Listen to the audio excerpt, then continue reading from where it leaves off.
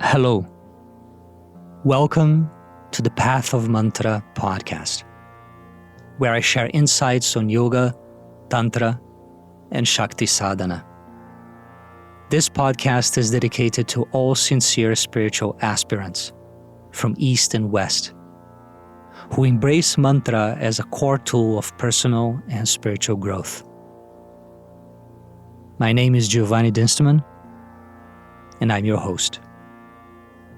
I invoke the blessings of my Gurudev, Swami Nikhileshwarananda, and of the Great Goddess. The topic of today is the spirituality of Maya versus the spirituality of Leela.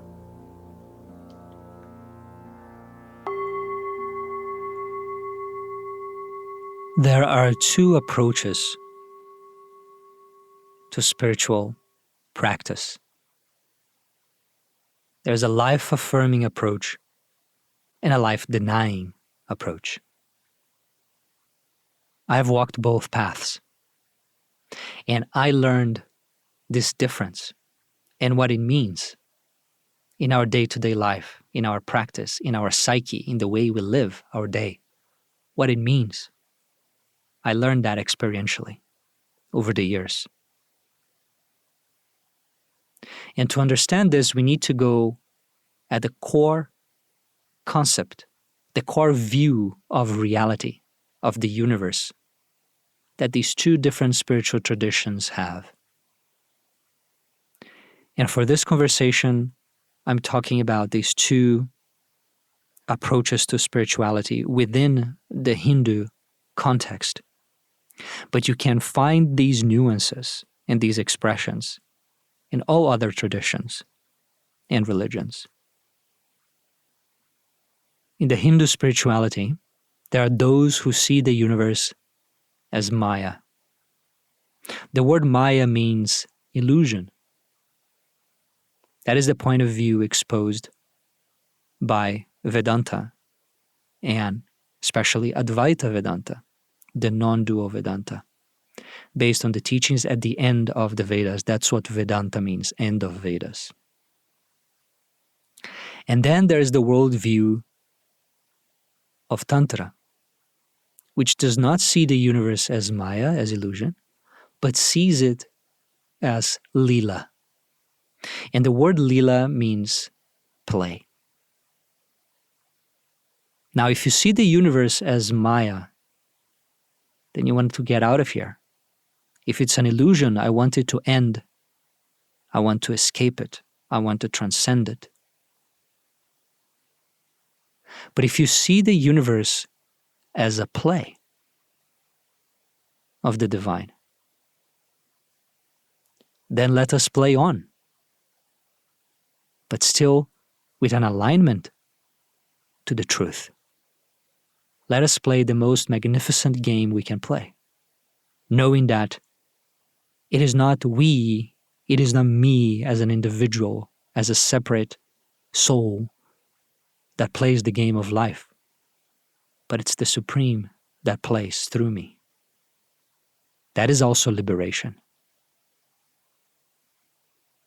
The path of Buddhism, for example, it's also in the first category of seeing the universe as Maya. They don't speak in these terms, but their spiritual goal is nirvana in Sanskrit, or nibbana in Pali. And nirvana means extinction. They don't frame it positively that you're going to have a bigger life, a better life, a higher reality, or pure bliss.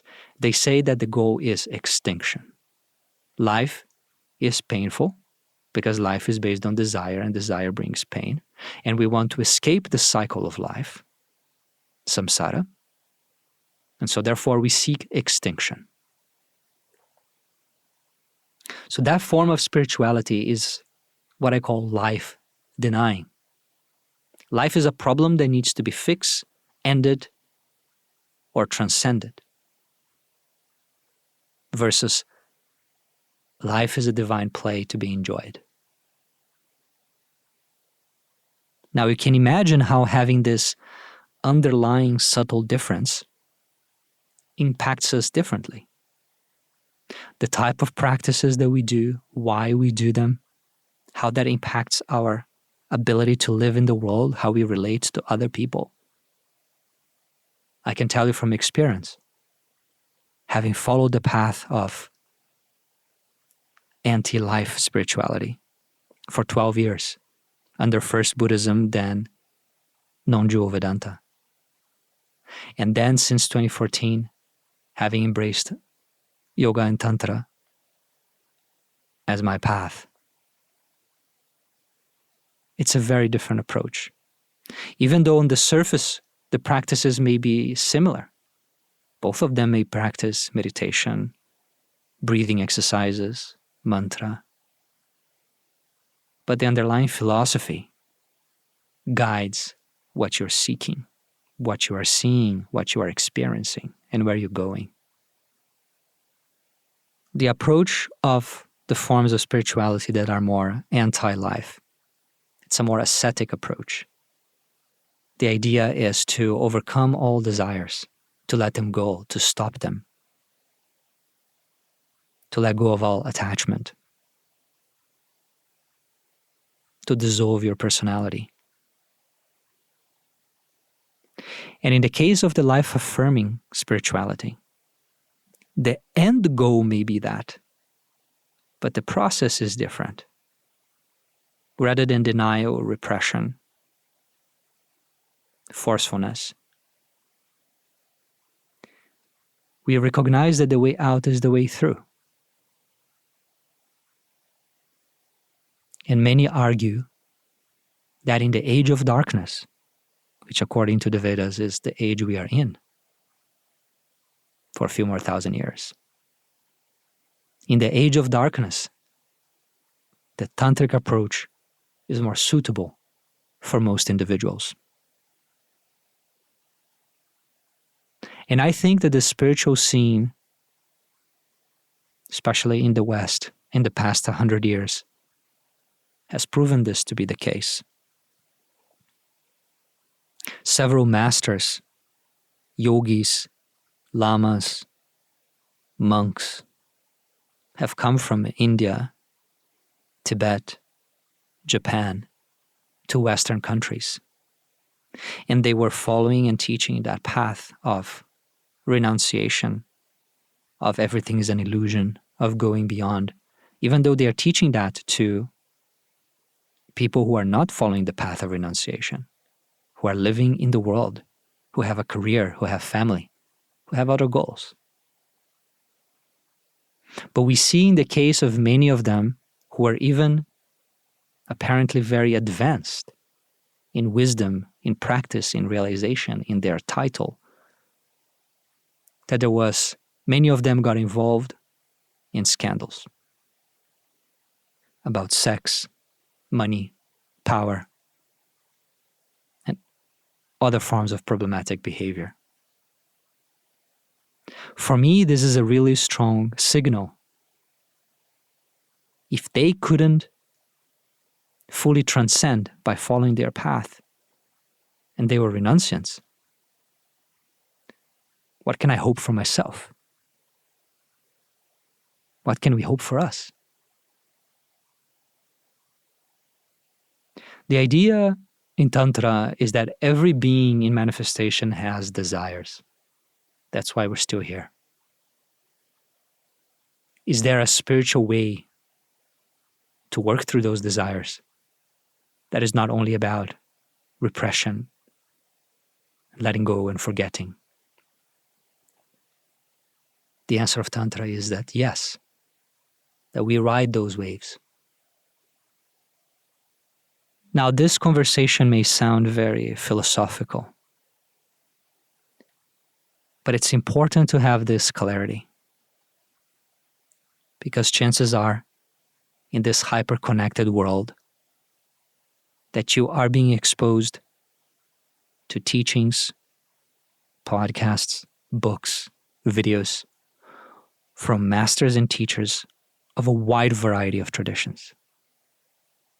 And it's important to be able to understand these core differences so you know how to filter what works for you and what doesn't, what you want and what you don't want, what is not your path.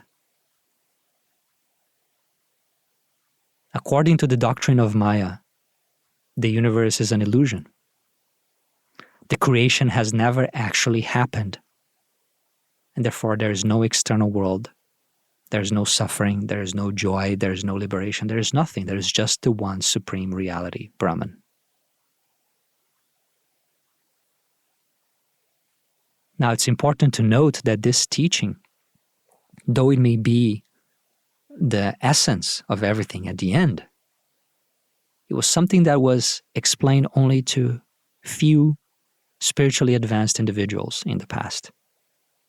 Individuals who had already done a lot of prior training, who already had a good level of